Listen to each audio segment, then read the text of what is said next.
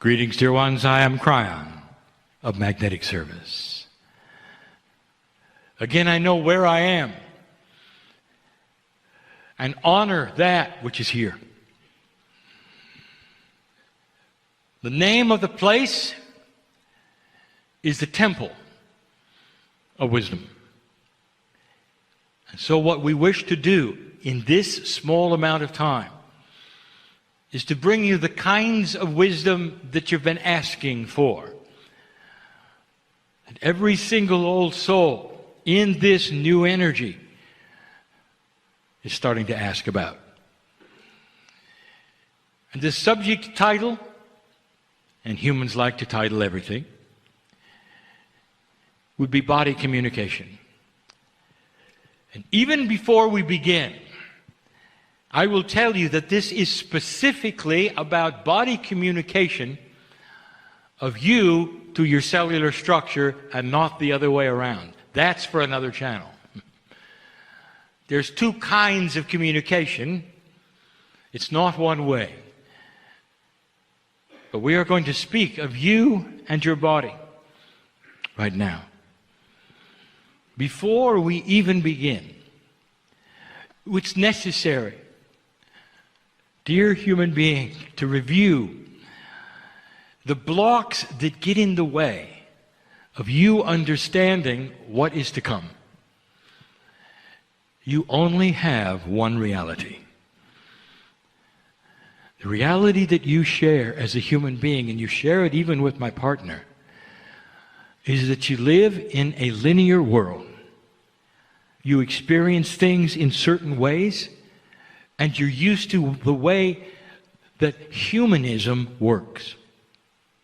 Human psychology, all of the things that you do, the motions, your actions, the reasons behind things, accomplishments, punishments, all of those things go into your perception of the way things work.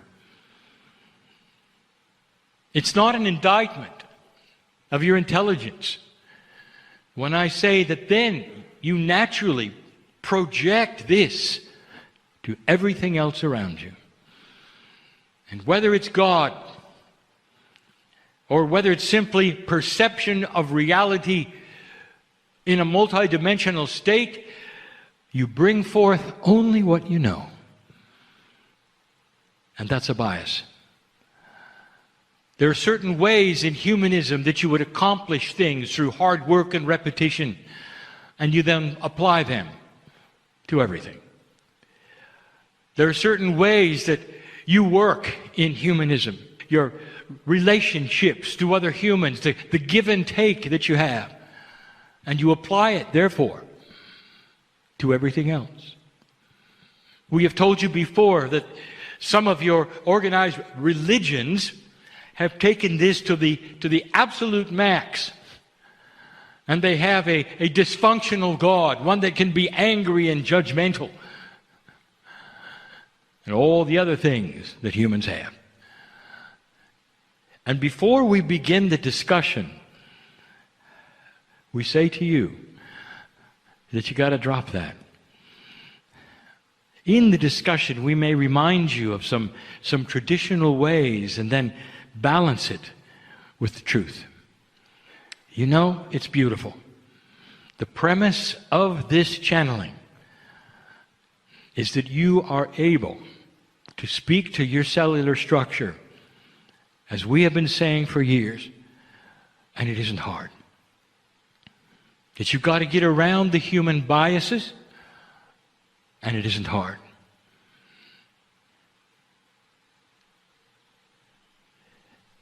Let's start the discussion, and we have to, with what I will call the preamble, or that which is necessary in order to accomplish what we're going to talk about today. We have to define, as best we can, consciousness, human consciousness. Now, this would not be the definition that you would read in your academia. These are the things that we see. Human consciousness is divided into several parts. We're going to talk about just two. The first one, it is that soup of reaction or behavior which is driven by two parts of the human body. And the first one is the synaptic brain, that is to say, the storehouse of experience. And the second is the multidimensional part that you believe is responsible for creativity, intuition, and God. It is a mixture of those two through free choice of the human being. It's the balance of those two which create a human being that indeed appears to others to be in control of their own life and satisfied with themselves. When this is out of balance, either way, you get dysfunction. When the human being has a consciousness that is only in the synaptic brain, there is no credibility of God in them. There is no ability for them to have truly creative thought. And they are so pleased to go only with what they know. And it serves them well. It is dysfunctional to us because there's the God part that is always there, that is always available, and would give them so much of an increased awareness and light. But in free choice, that is what they do. There's the other one, and you have seen it, dysfunctional New Agers. I will call them floaters. They are so wrapped up in that which is esoteric that they have no clue about life. And the synaptic brain doesn't have a chance. Logic and common sense are thrown out, and the only thing that remains is what we will call make-believe and woo-woo. You have seen them. You know what? That's acceptable for them. But that is human consciousness. A balance between that which is synapse and survival and that which is the part of God that you carry around. Now, where are you? And that is how we must begin this channel. If you are listening today to this, whether you are a human in the chair or you are later a human in the chair, hearing this through transcription, reading it, the chances are you are aware of the divine part of you. Now, the divine part of you is the elusive part. It's the mysterious part. But it's the part that's real as the synaptic brain. And here's what I'm going to say. This is linked so strongly to your ability to talk to your body. If you are an intellectual and you are only trusting that which is synaptical in your brain, you should stop now and go no further, because you will not have any success with what I'm about to tell you. Isn't it interesting that these are linked so strongly? You have to be aware of the divine inside, because that is the pathway that is going to talk right to that which we have called innate. We have given you information years ago that there would come a day on this planet when the health of individuals might very well be measured in a far different way than it is today. That those with a higher consciousness would obviously be living longer, and there would be no medical measurement that would give the reasons why.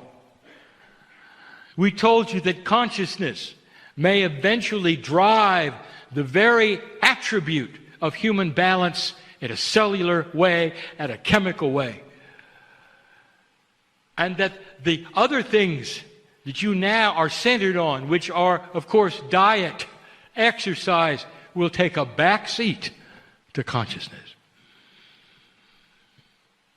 And if we told you that, what are you then going to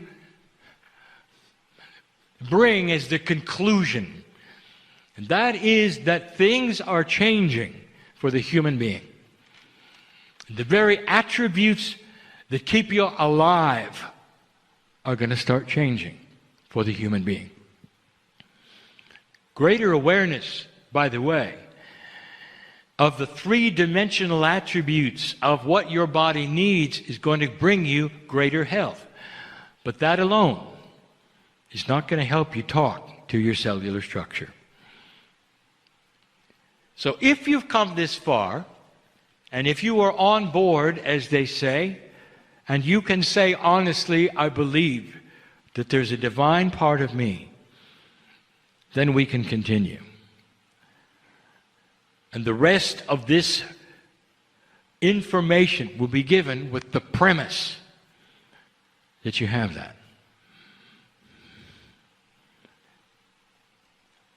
Those who are spiritually minded have come to that point many times.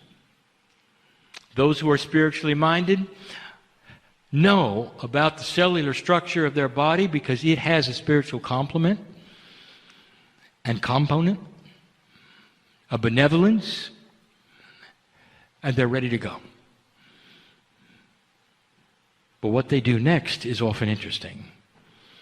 Historically, the human bias kicks in, and even those who would call themselves enlightened and New Age will start what I will call a linear process of repetition and nonsense. Things that they have decided are needed to talk to their cellular structure. Why would you want to talk to your cellular structure? And it should be obvious. What is the paradigm that you grew up with? Historically, here it is.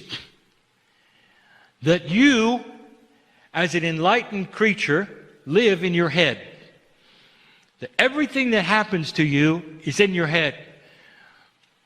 The greatest poetry ever written, the greatest music ever composed, the greatest paintings started in the head.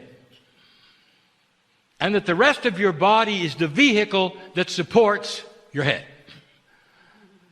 And your head, every once in a while, will look down at your body and say, I sure hope this thing works. And that is traditional. And then it's enhanced by everything you see around you with those catching diseases or things that happen. And then the fear starts. The fear will create the hypochondriac who is afraid of everything, who believes they're going to catch everything. And by the way, they usually do. That's the human body trying to agree with what it hears from the head, by the way. And that ought to give you a hint of what's coming. That's the traditional thought that you don't have any control. Now you come to this place where you know better and you're sitting and you're listening to this and you're ready to go. And in the past, the New Age has just been filled with processes that are supposed to then have you be able to talk to your cells. Now, not talking back from your cells, but you to your cells. And they are filled with the following thing. Repetition, over and over. Processes that a human being thinks would be attributes that the cells would like. You have to go to a certain place in a certain temperature, be in a certain energy, face a certain direction. You might have to do it several times. If you can do that, you'll get the body ready to listen. There'll be a small window of opportunity. You can give a message. That's the human bias. Dear ones, it's time to demystify this. This is not accurate. This is not the way of it. It makes an assumption that the body is stupid. It doesn't know anything about anything. It is completely and totally separated and divorced from your consciousness, from anything you're doing, and it's clueless. I want to tell you the truth.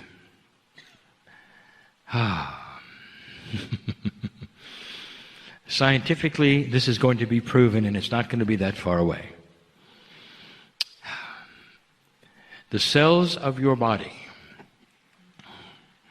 especially what you would call innate, all have something in common, and we're going to give it a name for the first time ever. And here it is. It's going to be CAL. C-A-L. And here's what it stands for. Cells are listening. Cells are listening. This is how you were built. The divine complement in you is built into every cell of your body.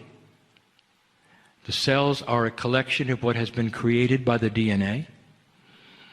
Through the blueprint that is in there, every cell exists with one attribute, and it hangs out so clearly on itself, it's waiting for instructions.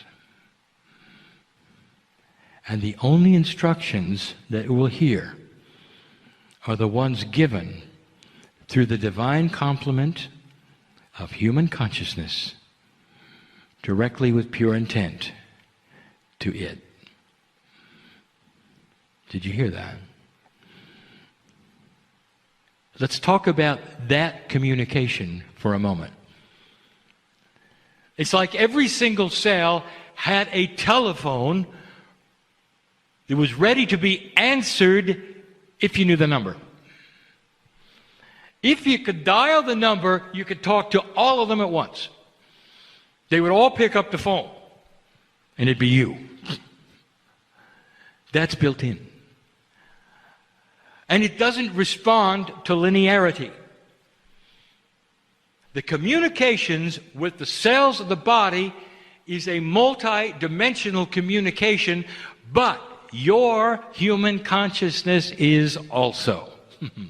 It's part of the DNA field. It's part of the Merkaba of your body. I'll tell you what an intuitive can do. You could look at your soul, literally, through the Merkaba field and tell you whether or not you have activated any part of spiritual intent or whether you're just playing the role.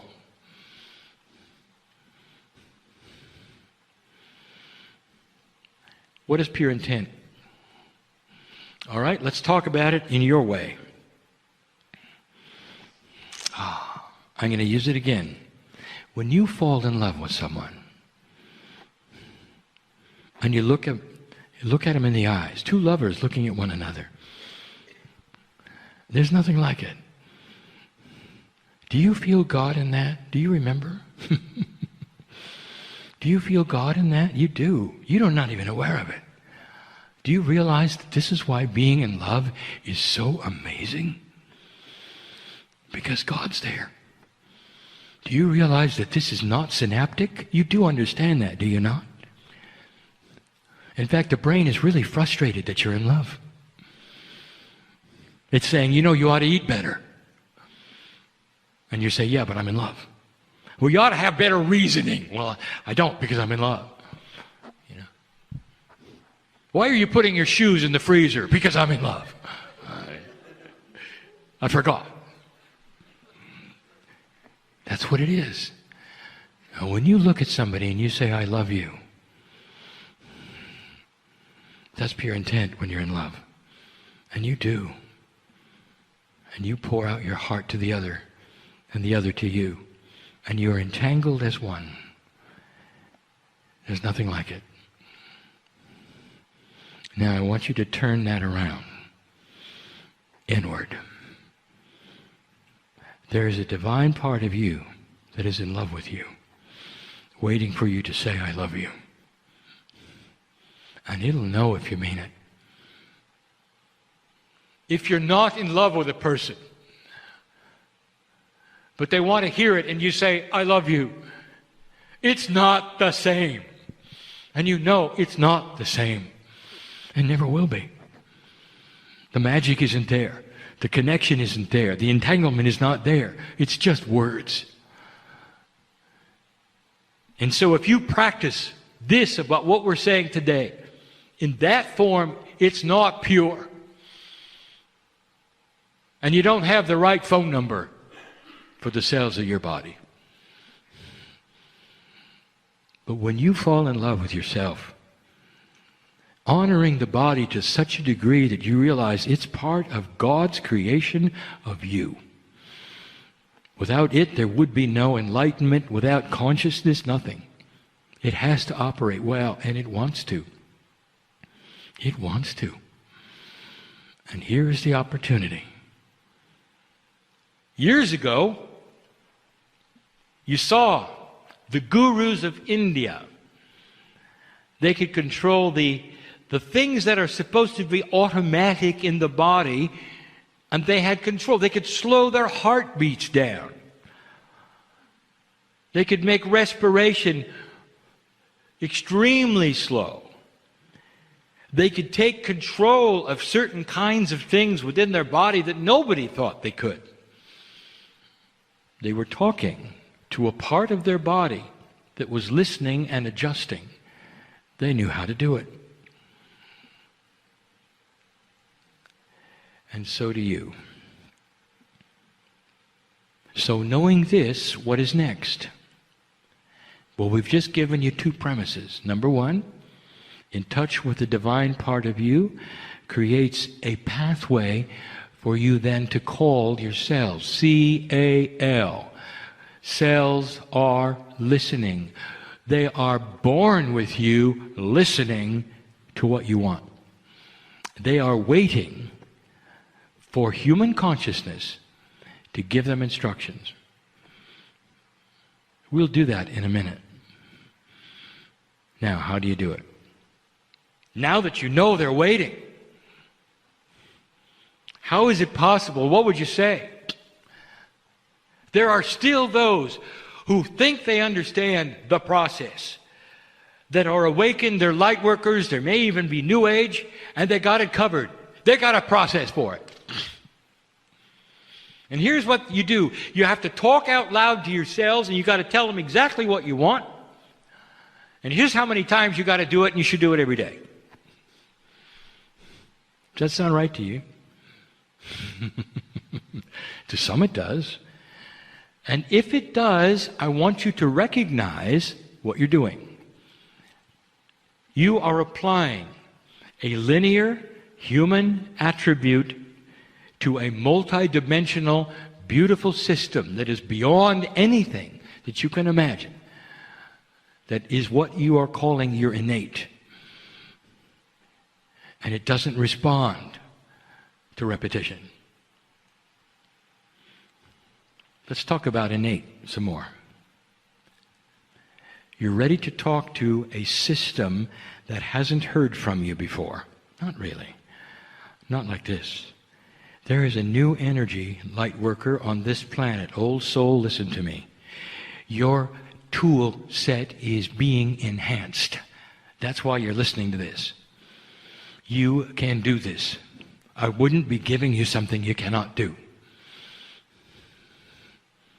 You get in touch with your cells. I want to tell you that they're going to react. I'll give you that information in just a moment.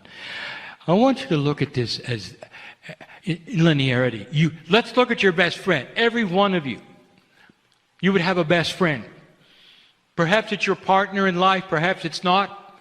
Somebody you can just sit with and talk to. And there are no parameters. There are no rules. You can say anything you want to, and you can pour your heart out to them, and they will listen. And they can do the same with you, and that's a best friend. I want to ask you something. Let us say you have this best friend, and you're going to be with them for 3 days. And you do this. Day one. You get up the next morning, they sit at the table, you're having a meal or something, and you give them all the same information again. How do you think that's going to work? Well, it doesn't work with your cells either. Do you understand what I'm saying? Your cells are you. What would you say to you? Your cells are listening. C-A-L. You're ready for this. They're ready for this. They've been listening since you were born, waiting for the time when you would awaken to this possibility that you could actually speak to them. So let's do it. What would be something you would say? And how would you approach this? First of all, I want to tell you, they understand your language. They're part of you. You will talk to them any way you want to. Out loud, through thought, through writing, it doesn't matter. Because you have their number. And the key is love. You have got to love your cellular structure enough that you can say, I love you.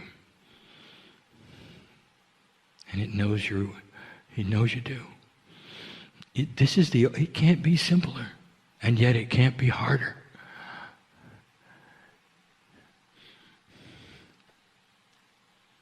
And you sit for a moment. What would you say? What will happen?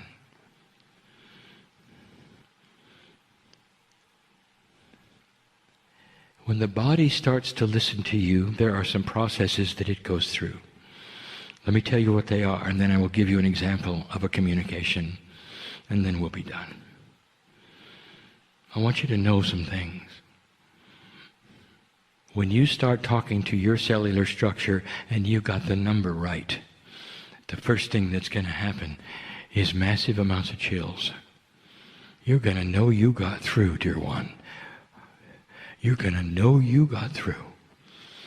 And these are the cells of your body celebrating. Celebrating. The innate, the smart body, whatever you want to call it, is part of you. They're having a party. Did you hear that? We've got communication. It sure took long enough. Let's have a party.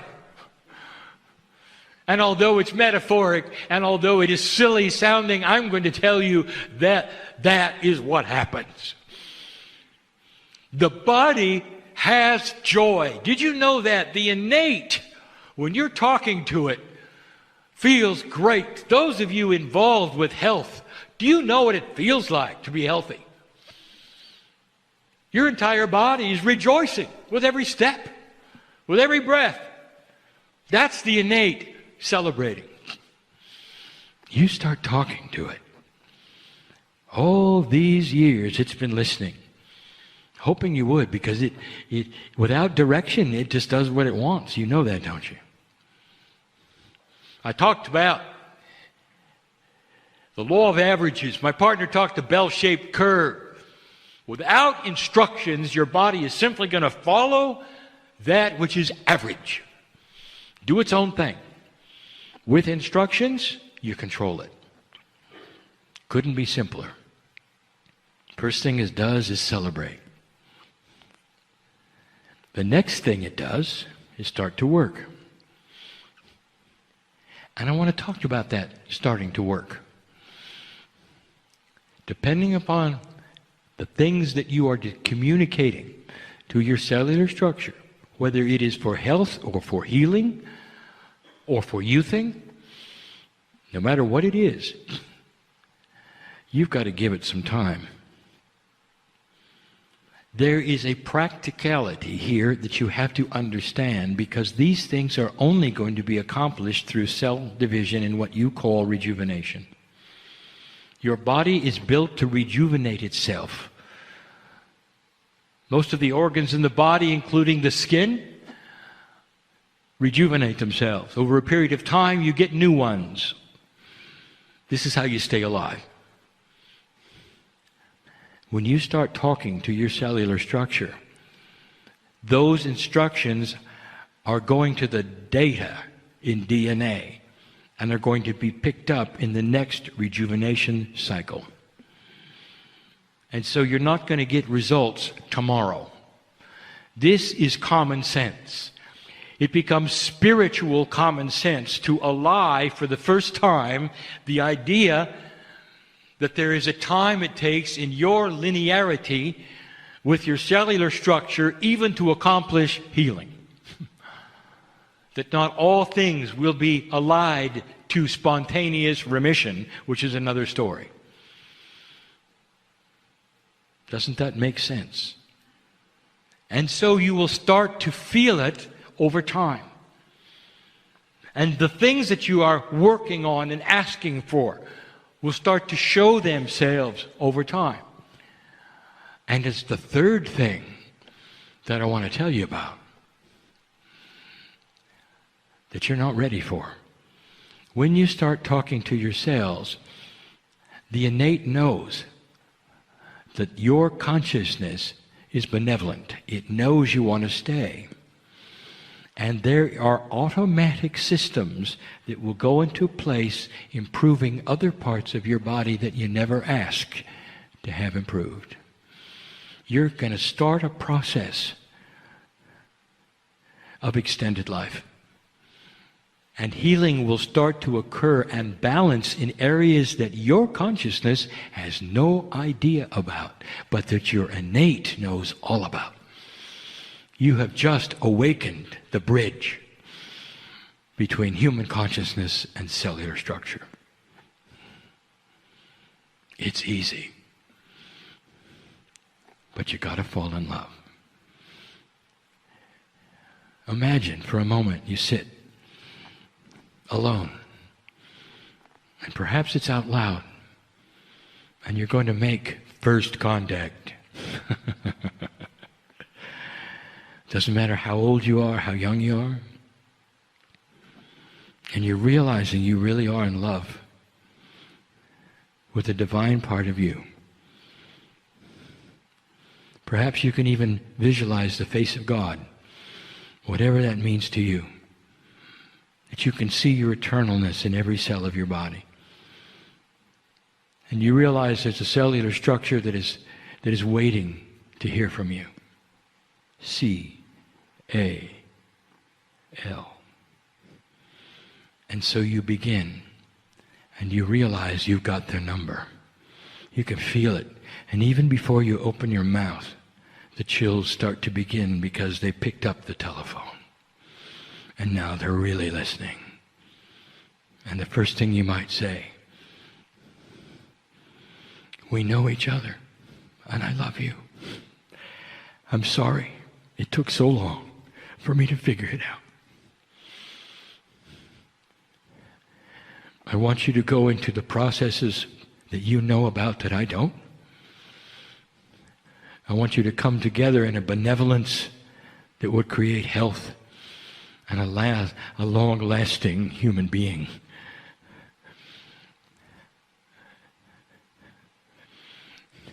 I want you to talk to me in whatever ways you can that I can recognize. I want to hold your hand and you hold mine for the rest of my life.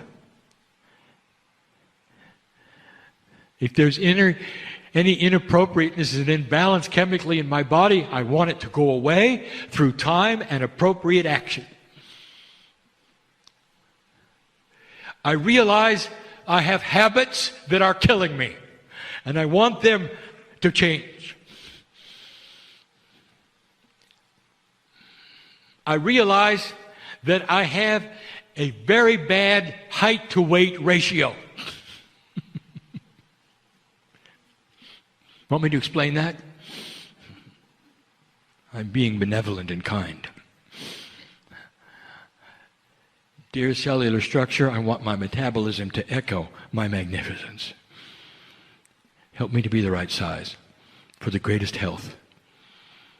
Change what is needed. Pull on the Akash if you need to. In remembrance of who I used to be. Change my diet preferences if I need to.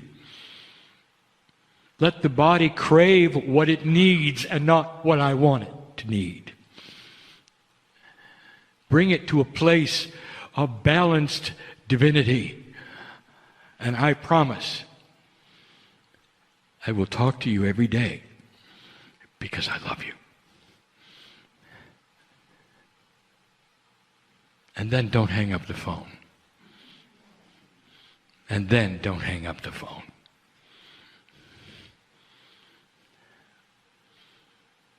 Now, if you want to analyze this channel, you'll realize that your consciousness never told the body specifics. Because the innate knows what to do. It's just waiting for the call. You're asking for balance. And innate knows what to do. The smart part of your body can even get in touch with your Akash. It can pull on the right parts of it for health, for change, for dropping habits that you have that you shouldn't have. As simple as eating too much or the wrong things. And you can't help it because it's a habit. And that can change very, very, very quickly. Within a couple of cycles of cellular rejuvenation. Creating actual differences in what you want to eat. So there's no suffering and there's no big hunger because it's pulled in a you from the past who didn't have the habit that you had today. That is the power in front of you. C-A-L. Now some of you are going to start doing this and you're going to get results right away. And I want to tell you, if you're one of those, you've got a job to show others how to do it. Because it's not going to happen overnight by someone listening to this channel necessarily. You're going to have to show them what you've done. Lastly, how does it make you feel, old soul? To know you got a friend inside. To the extent that you can put years and years and years on your life. All of this in appropriateness of the plan that you've laid out for Earth, who you're going to be next time, when you're supposed to come and go. It's about staying healthy while you're here. And that is way outside of the bell-shaped curve. And that's what you can do. There'll be another channel at another time on how to recognize what the body says to you. For you don't speak its language necessarily. And you've got to understand through some processes how it might speak back to you so that you could give it better instructions. It's a cycle, you see. The channel today is given in a very sacred place to create new tools for you because it's time. Greetings, dear ones. I am Kryon of Magnetic Service. Nahui hui o makalihi. You are here, and you've always been. But the key is about to be turned in the lock. And the crystalline is about to be activated in the way that you have expected and the potentials realized. And it has not been an easy journey,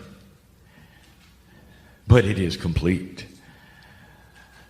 And in these moments where I can speak in this way, I wish to tell you what has accomplished, what you've done, who is here, about the tones. But first, I wish to talk to Yao Yi. Yao Yi, come sit down. Let's have a chat. Okay.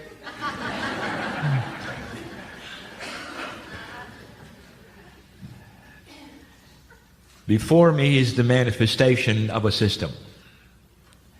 It's the Akashic system, one that drips with love, with purpose, and with energy.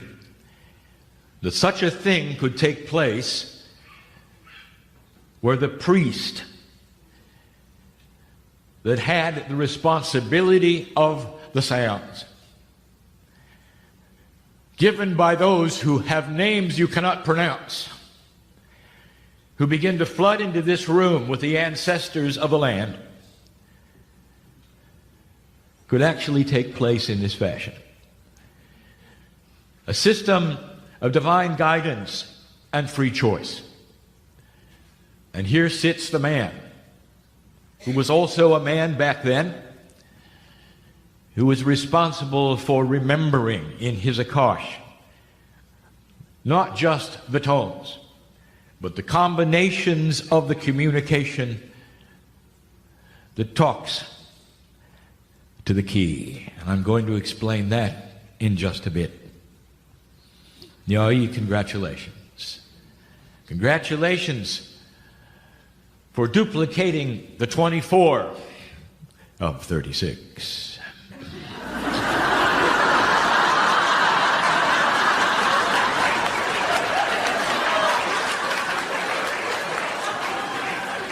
Do not fret, my good friend, because I will tell you the other 12 will not be presented for another 26,000 years.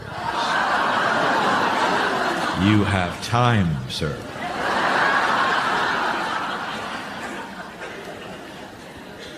And so as he stands in a moment, against all odds in a three-dimensional construct of those who may be watching or listening, it comes to fruition, a full cycle. The cycles are well known. The precession of the equinoxes, the end of the long count. There is more here than you think.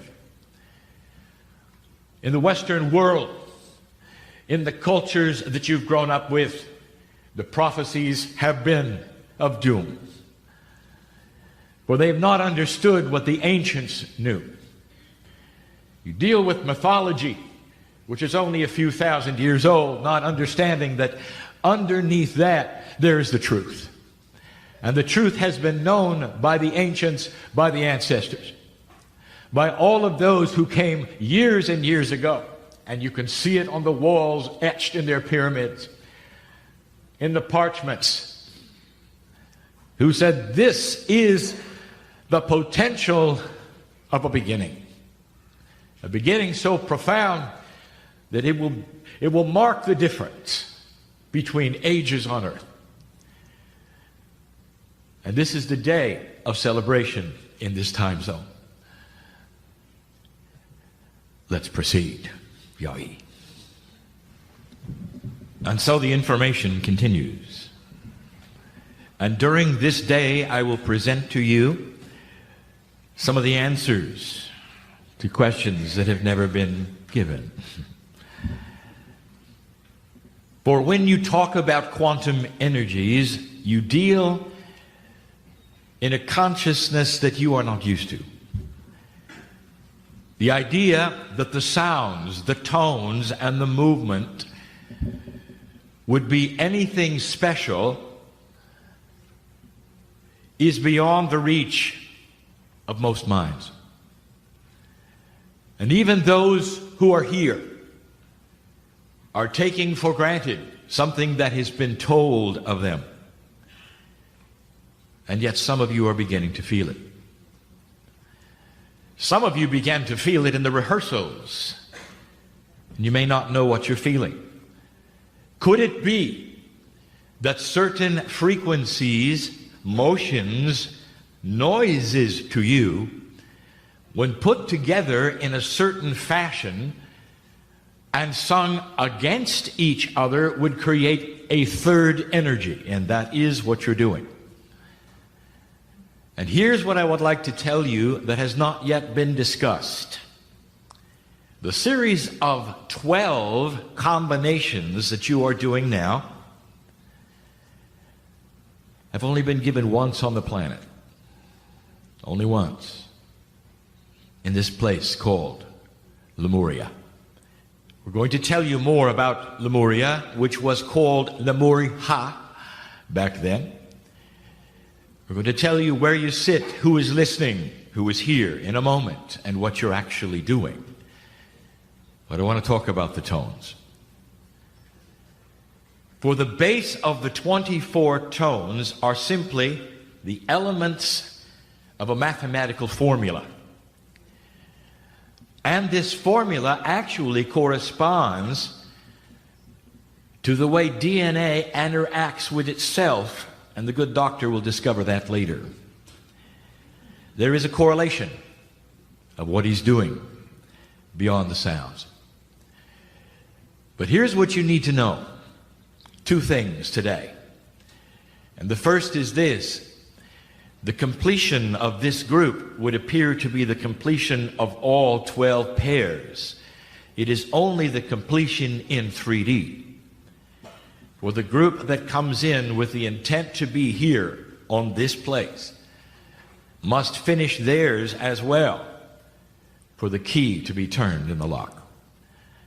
I'm going to discuss the key as well, something we have never told you before of what the tones are really doing. When you put the tones together in different ways, they communicate differently. The 24 tones are the mathematical elements of multi-formula. The formula for today is the one that would be given, that you know about, a quantum signal which I'm going to tell you about shortly. And it's specific to today. It is specific to the timing of the solstice and the precession of the equinoxes. But here's what I want to tell you. When you take the tones and put them together in different ways, both backwards and forwards, that Yah-E knows and is sensing, you change the communication, where it goes and what it says. This particular communication speaks to a multi-dimensional source that is listening. And what bleeds over from it talks to the cetaceans, and that is why you see the excitement in the oceans. But you should also know there's a set of tones yet undeveloped for them, where you would get together in a place and sing an entire different set that will talk only to them at a time and a place to be decided. There are tones you can sing to make you warm. How is it that some of you sat in this room, which is temperature controlled, fanning yourself a few days ago? Were you aware of what was taking place? Of the temperature that would increase, not necessarily in the room, but within you? There are tones to charge batteries. Doctor discovered that. It's endless. There are tones that talk to Gaia. This is only one set of many. And so you are opening the door of the kind of communication that we have never discussed before. It is specific to energies that perhaps you've only started understanding that are there. The earth knows who you are today. Gaia especially, and I'm going to talk about that very soon. Very soon. And the message continues. I'm going to wait for the fourth period of information before I give you the structure of what you're totally doing. I wait for the 4, for it is the numerological equivalent of structure. It is the Gaia number. And that is why I wait. So let us speak now, for your information, if you have not heard it before, dear ones, of Gaia, but specifically of the mountain called Lemuria or Lemuri-Ha. For this you are sitting on used to be the largest mountain on the planet. The choir was not performed here, but close to here. In those days, the mountain and the peak of this mountain was approximately, in your language, 30,000 feet. The bubble beneath the hot spot that is volcanic pushed up the mountain, and this is something that geologically is unprovable. There still will be signs that it was possible, and there is protocol for those signs have been seen in other hot spots on the planet. If you had held a meeting on the top of the mountain, you would not be able to breathe. But at 20,000 feet, it was bearable. You actually held this particular ceremony in what back then was called the saddle. Today, it is the space between the two peaks of Maui. Approximately 20,000 feet back then, it was cold. It was very cold. And you were always cold when you gave this particular meeting. No matter what tones were sung, some of you at sea level would roll your eyes and think to yourself, it's going to be cold. And it was. What do you think Lemurians used as coats? For there were no animals here. And so you had the choice of plants and human hair. And human hair was the best, for it was natural, and you could weave it very tightly in many, many layers. And it explains to you why, to this day, Polynesians have the best hair.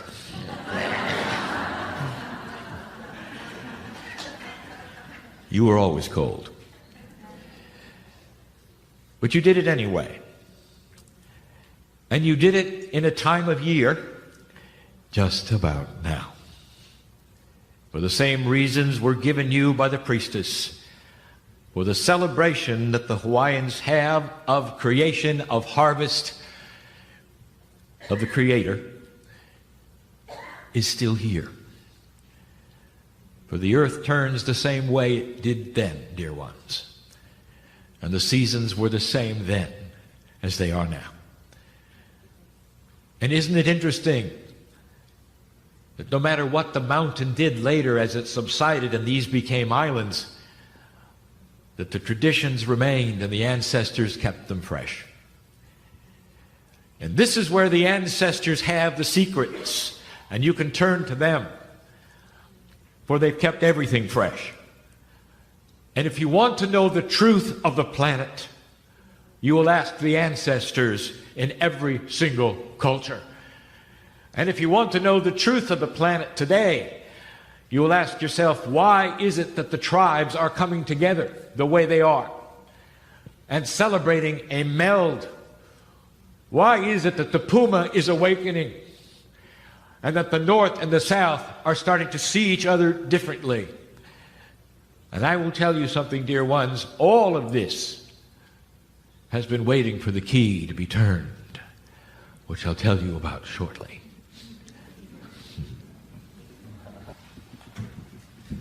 And so the information that follows is difficult. It's not that it's complex. It's simply the first time it's been given in this fashion. And to set the stage, I will review something that has been given you in the last weeks. My partner took me to some of the most profound energies in the southern hemisphere, where the earth is recalibrating itself and the eagle is meeting the condor, where compassion is starting to be seen as a catalyst, changing that which is called the crystalline grid. A channel given there gave you the accurate, historic way that creation was given to humanity. The years were blocked out and given you, and how long it took and when it began. And when it began was with the Pleiadians. And when they came, the first thing they did was to set the crystalline grid. For the grid which is crystalline belongs to them. It was placed upon the Gaia grid. It is then the creation grid, if you wish. An esoteric grid that then responds to human consciousness and goes both ways. It receives and it gives. Part of what is going on now is the recalibration of the crystalline with human consciousness. Now I give you all of these things to tell you what else it does. What do you know about crystals? One of the only geologic substances that can retain a vibration. One of the only geological substances that can be programmed to retain and have memory.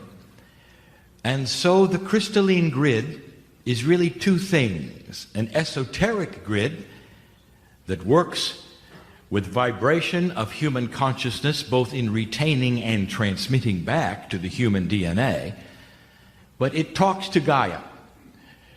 And the Gaia part it talks to is anything crystalline in the Earth's crust. If you talk to a geologist about how much crystalline there would be in the Earth's crust, you would be amazed. And so there is a retention of frequency between the quantum grid, which is crystalline, and the Earth crystalline grid, which is the dirt of the Earth.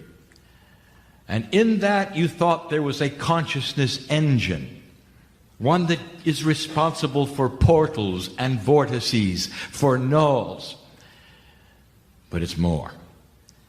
For in the building of the crystalline grid, the Pleiadians built a lens. And the lens is something that will focus. And it will focus that which is appropriate, a signal, and send it to the center of the galaxy. 26,000 years ago, you put that in place, dear ones, when you sang the tones. You created what we will call the lock. It locked in place this particular grid and the lens it represents. It is not a rusty lock. It is a lock that responds and is ready should you have arrived at the time and place at the end of the precession of the equinoxes, when you would turn the key with compassion and lubricate it with the love of the ancestors, and come to a place where through the tones being sung again, the key then starts to turn the lock, and the crystalline grid and the lens starts to focus itself to the center of the galaxy which intersects your sun. And at that point in time, the tones unlock the key, and the grid starts to change. And it is the grid and the lens that sends the signal based upon the tones you sang to it. Now you know the mechanics. And the next thing to tell you is who is listening. And so as the lens is activated, and the crystalline sends a signal pointed literally at the orbit of your sun into the center of the galaxy. As you have been told, an esoteric thing happens. And then after that, I'm going to tell you a super esoteric thing. The signal that arrives in the center of the galaxy is received by an engine of which you know nothing. In 3 dimensions, And with the limited laws of physics you have, it appears that there is a singularity there, which, by the way, is impossible in 3D physics. You call it a black hole, a place that literally has its own lens, for it bends light and it bends time. It ought to give you a hint that there's something going on there that is beyond your physics. We have discussed 23 years ago that really there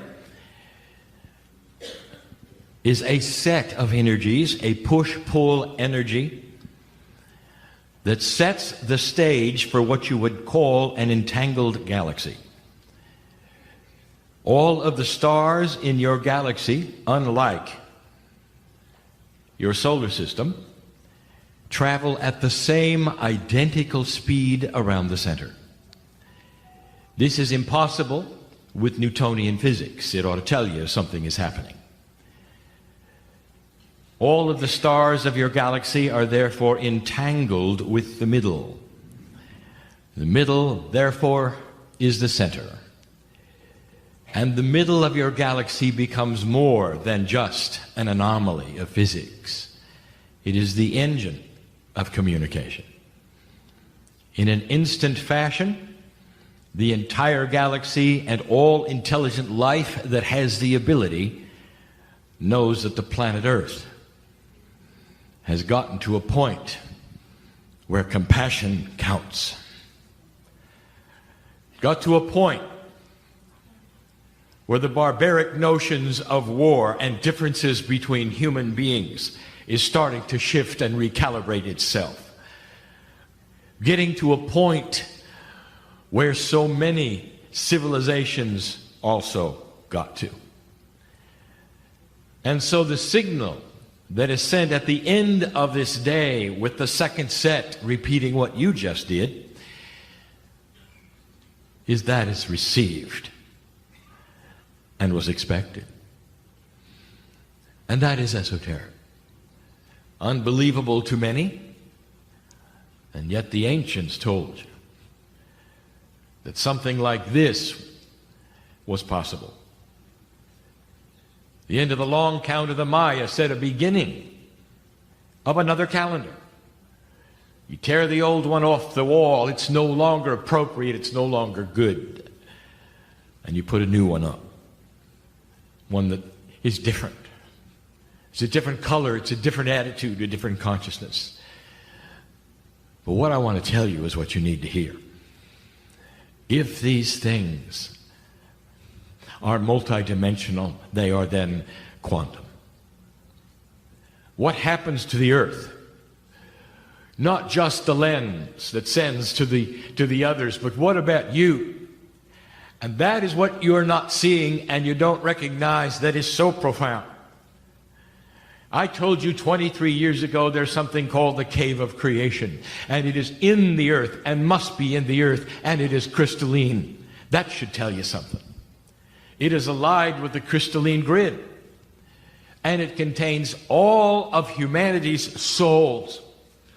The ones that will come, the ones that have come, Lemurian and not Lemurian. And they are now touched as the key is unlocked. They know it as well as the center. And what is exactly in that cave of creation? I will tell you, it's your ancestors.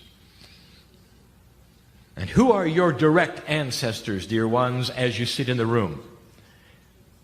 How many of you have had parents who are no longer here? Well, I want to tell you something. That as you sing these tones, they're aware. And although they may not have given you what you needed during life, in the appreciation of what you believe, they are now. And they're aware. And their parents are aware. And all of the souls to come and that have been, that are part of what you would call the Akash of the earth, are being recalibrated, and they all know. And that's why you're here. And yes, there's going to be more in the next channels to come. this day. But perhaps that's the most profound thing you should know. You're not just sending a signal to those perhaps you'll never meet. You've just sent a signal to the ones you've loved and lost and know you very well.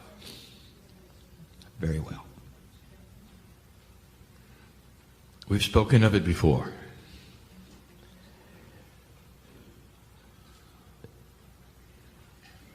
The Pleiadians are not far away.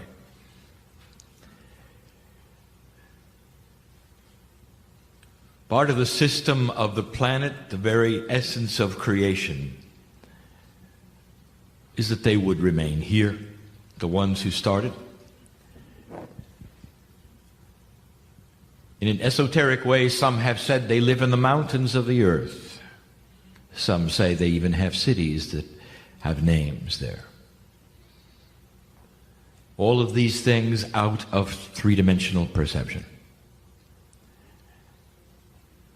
Some of them are in the south and some in the north. Of the names that some of you would know, the Elqui Valley and Shasta. And they're there. And they didn't need a lens to know what's going on. For they're here. And the key begins to turn in the lock. And they're feeling it now. And these are the ones who are rejoicing first, that carry the essence of your DNA. And these are the places which will be activated to new levels first.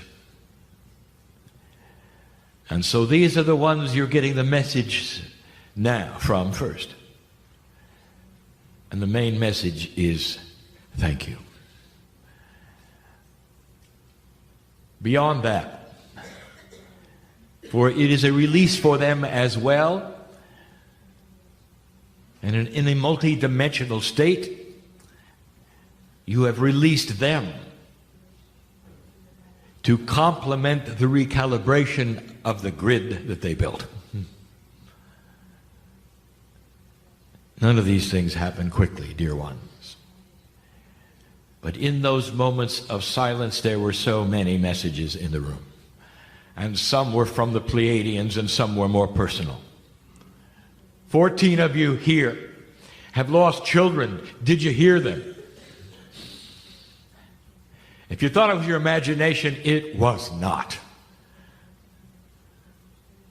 Others heard from your sisters and your brothers who are not here. Thank you. Thank you. A few months ago, I described, and I will yet again, the timing of this event. For you is one day. For astronomers, it is 36 years. And 18 years ago, the seeds were planted for the potential of today. The precession of the equinoxes entered the 36-year window, which you call the dark rift, as the alignment moves across the sky through that which is the stripe of the Milky Way. You are in the center of this 36-year cycle, and there are 18 more years to go. Consciousness moves slowly. But there are those points that push it. And the compassionate events which have taken place on this planet in those last 18 years have pushed it. And this is a compassionate event. The key begins to turn. And in that, I tell you, dear ones, that as light is released on the planet, the darkness is going to fight you. Months ago, we told you to expect yet another small war in the closing months of 2012, and it occurred. We told you to watch for unbalance and do not be distraught when things will break your heart. And it did last week. And all of these things, I will tell you, when you see them, find a place inside you that says, thank you that we're winning. For this is the unbalance and the dark, flailing against a consciousness that you are creating, have created, and are recalibrating for this planet. It's more than sending a message that you've arrived. For in the process of the message for yourselves, you're saying, we understand we're in a battle. But the battle just turned. And yes, there will be unbalance. And yes, the wars will still be there for a while. And so let us take a moment to welcome to the room the lives that have been lost just in the few weeks. And they can look at you and say thank you as well. This is more important than you think. It has to start with you before it means anything to the central sun. You have to have a healing in the hearts in the room before it means anything to a Pleiadian and a Seven Sisters. You're planting the seeds, 18 more years, where the energy is ready for the planting. And you're doing a good job. I'll be back for more. And so it is.